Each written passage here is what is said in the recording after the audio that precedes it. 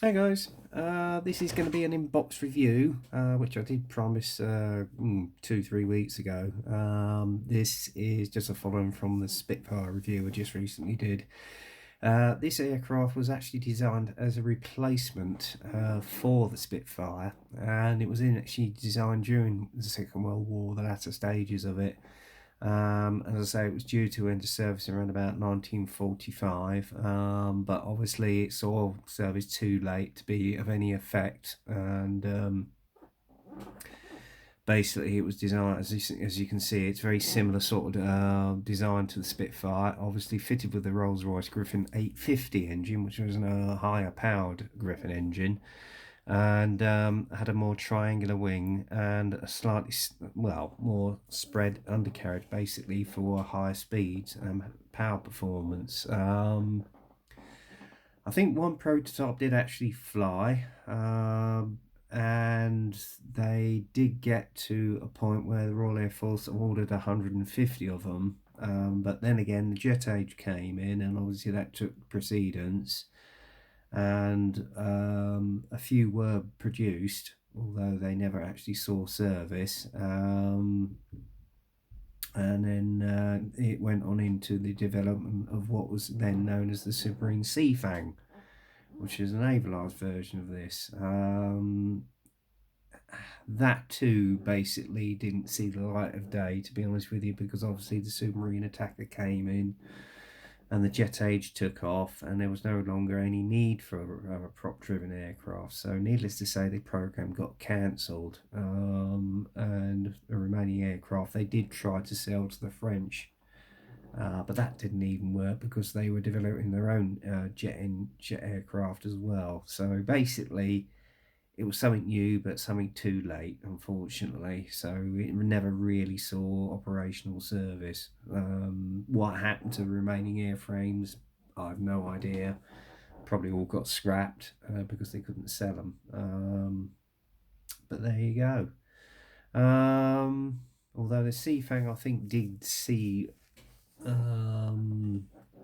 us a few years of service, obviously, before the jet age came along and that was taken over. So there you go. I think there was only one squadron ever formed, ever used, but it was only in operational use for about 2 or 3 years. So there you go. Anyway, as I say, it was one I actually picked up at Telford, and I got it from Wonderland Models at a very nice rate, actually, from 1999 to 10.99 at their stand. So I've never actually bought a Trumpeter aircraft. I've heard good reports about some of their aircraft kits. As this was an unusual subject and part of the Spitfire link, I thought, snap it up. So there you go.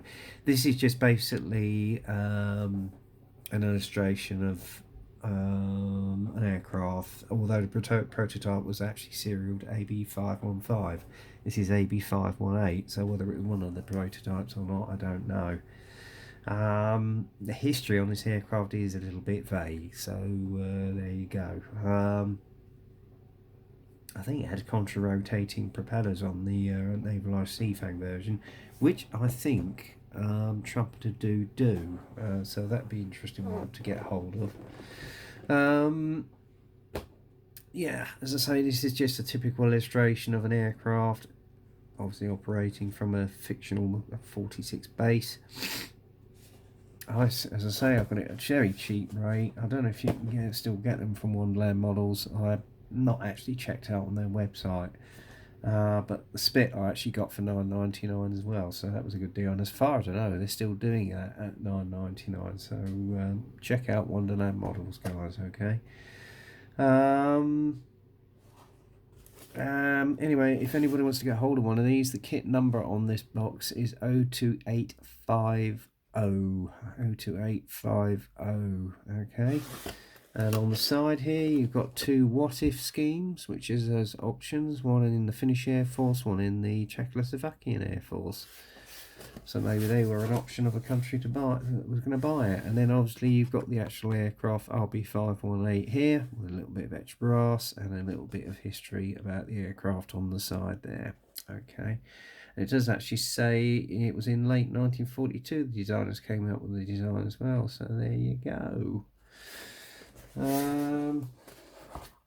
It's not all that big a box, so sturdy old box. Let's just get all the bits out. Got your decals, you got 1, 2, 3 bagfuls of sprues, and you got 1, 2, 3, 4 bags of sprues, so it's not a lot to this kit. And then you've got your edge brass set there, and obviously first and foremost you've got your nice little pamphlet here of the Trumpeter kit, and there's a little pamphlet here about some of their latest releases, and obviously this is the Spiteful or Spiteful, I think it's Spiteful, I think it's pronounced. There's a few CAD drawings here of the kit itself, so yeah. And then obviously some of their other products on the back here. You've got the Russian BMP 3E IFE, JGGSF Type 87 Armoured AW, and oh, excuse me, A4M Skyhawk. I think that is in 1/48th if I'm mistaken. Oh no, it's 1/32nd, so that'd be an interesting subject. And then you got the workable track links, and I have to say I've not tried out their track links, but again I've heard good reports about them, so there you go. Right, first but foremost, instruction manual. You've got the side view of the aircraft on its undercarriage. Okay, it says study these instructions before beginning assembly, blah blah de blah de blah. And then obviously you got your indication signs on here during the actual process of the build. Okay, there's your sprue tree that you can see here, so it's always best to check that you've got all your parts in your kit when you've bought it, or before you buy it specifically. And then, as usual with most aircraft kits, you've got the cockpit tub, which you build up first of all. There is a decal which goes on the control column, but I'm not going to bother with that. I'll just dry brush it and just put a little bit of clearing where the bezels go. And then obviously the second stage is the fitment of a camera by the looks of it. So it's obviously was fitted with a side camera. Maybe they were going to bring out a reconnaissance version, what if version. Then the fitment of the propeller, radiator grills, and you got a little bit of PE there for the radiator grills themselves, air scoop. You got the makeup of the undercarriage, which looks quite basic and simple. I'm sure you should have some little fuse wire just to give it a bit of authenticity for hydraulics. And then you've got the assembly of the upper and lower wings with the undercarriage bay there, and you've got some interior detail for the PE for the elevator there on the wing. So there you go. And then you've got the fitment of the undercarriage and the air filter, which goes underneath the actual wing, as you can see here. And then your fuselage halves along with the cockpit tub and the camera go in, along with the pilot's headrest, and the prop goes on. And then the fitment of the tail planes as well as the canopy itself. Now I'm probably going to keep the option of having the canopy open on this. And then it's just the fitment of the wing to the fuselage, and that is it, job done. So it's quite a simple process of a build actually, so it looks fairly easy. Excuse my snorting, I'm just getting over a rather nasty head cold that I had at the weekend, which obviously stopped me from going to the Christmas party, so there you go. And then obviously you've got your colour call-outs, which you've got in, it doesn't actually tell you, Mr. Hobby, Vallejo, Model Master, Tamiya and Umbro. So there you go. Now a typical scheme for the prototype, you've got the white airband around the back of the fuselage, dark green with the ocean grey and light gold grey underneath, a little bit of silver here for the air scoop, white for the prop, and that's basically it. And then burnt iron for the actual exhausts. So there you go. Obviously, because this was a prototype, there won't be a lot of weathering on it, so I've had a look at some photographs of the Spiteful or Spiteful, and it doesn't look that weathered, to be honest with you, so there you go. Probably just a bare minimum weathering on it. And then obviously on the other option is you've got an option for a what if scheme of the Finnish Air Force, which does seem to be overall silver. And then underneath, again, the same colours, but virtually in a Czechoslovakian scheme. So there you go.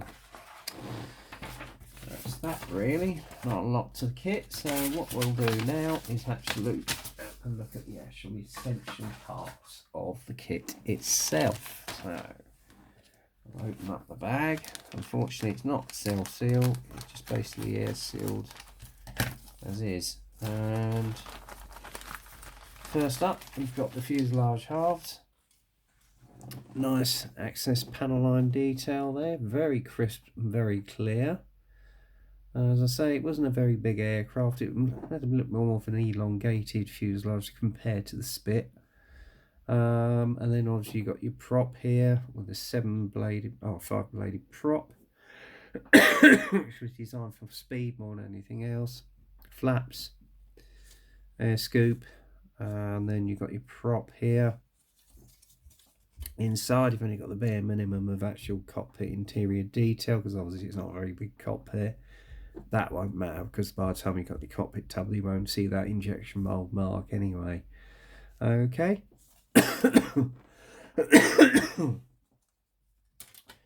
Next up, I'm not going to take them out of the bags, and that is your canopy. Looks fairly clear, no distortion whatsoever, so job done there. And then obviously you've got your landing lights and etc. in there, and your target sight. Right, next bag.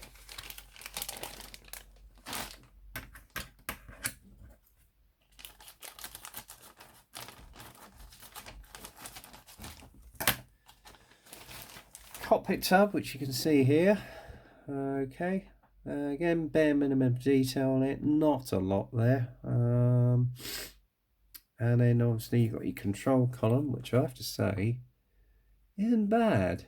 There's quite a nice little bit of detail. As I say, you can put drops of clear in there, maybe with a cocktail stick, just to give it the impression of glass, and then dry brush it. Excuse me.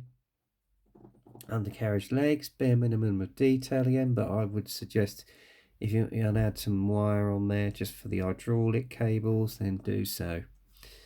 Okay, and various parts and lumps and bumps, exhaust stacks, and have they got any holes in them? No, I probably might have to drill them out just to give it added detail. Tail planes, lower part, again, nice rivet detail on there. Very crisp, very nicely done. Wheels, obviously in 2 halves, sadly, but there you go, you can't have everything. Again, nice crisp detail on there, will come up nicely with a bit of a wash. Headrest, which you can see right here. Then you've got control yoke, etc. Foot pedals, which you can see there. So, I don't think you really want to get any aftermarket in there, to be honest with you. There's not a lot to it. The only thing I would probably suggest is add some aftermarket seat belts. That's probably what I would do, specifically designed for a Spitfire. And what's this part here? I don't know what this part is. That's some sort of bulkhead, I'm not sure. And then you got the undercarriage bays here. Again, not bad. Not a lot to them, but not bad.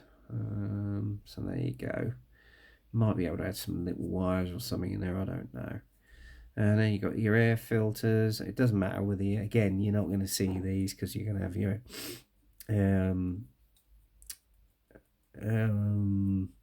etched brass grills on there, so it won't matter. I must admit though, the undercarriage doors in here got a little bit of detail there, which I think you can see. I'm not sure if you can see in the light. No, you can't. Not to worry. Yeah, looks quite a fairly standard basic build, to be honest with you. And then final part is the upper and lower wing parts.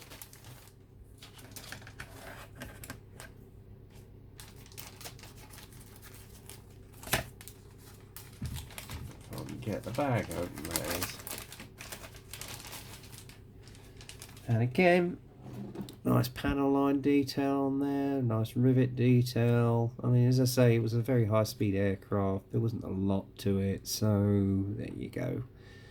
and shouldn't take a lot to get that to come out in the wash. Dark dirt wash, I should imagine. So there you go. But yeah, nice detail. And then obviously you've got some little interior detail there for the flaps as well, and you can cut that off if you want the flaps down. So there you go. And then you've got the etch brass for the air grills for the air filters, which you can see here. Nice level of detail there, so that's a little added optional extra, and I'm not quite sure what that is. That looks like the grill for the air scoop at the bottom there. Very nice. And then we'll have a look at the decals. There's the final bit.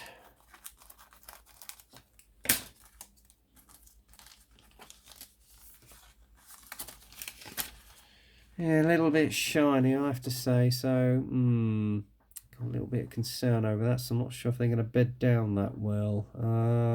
Well, give me your feedback on what the decals are like on Trumpeter aircraft kits. If they are bad, then I may have to source some aftermarket, but we will see. And then obviously you've got your bit for the control column there.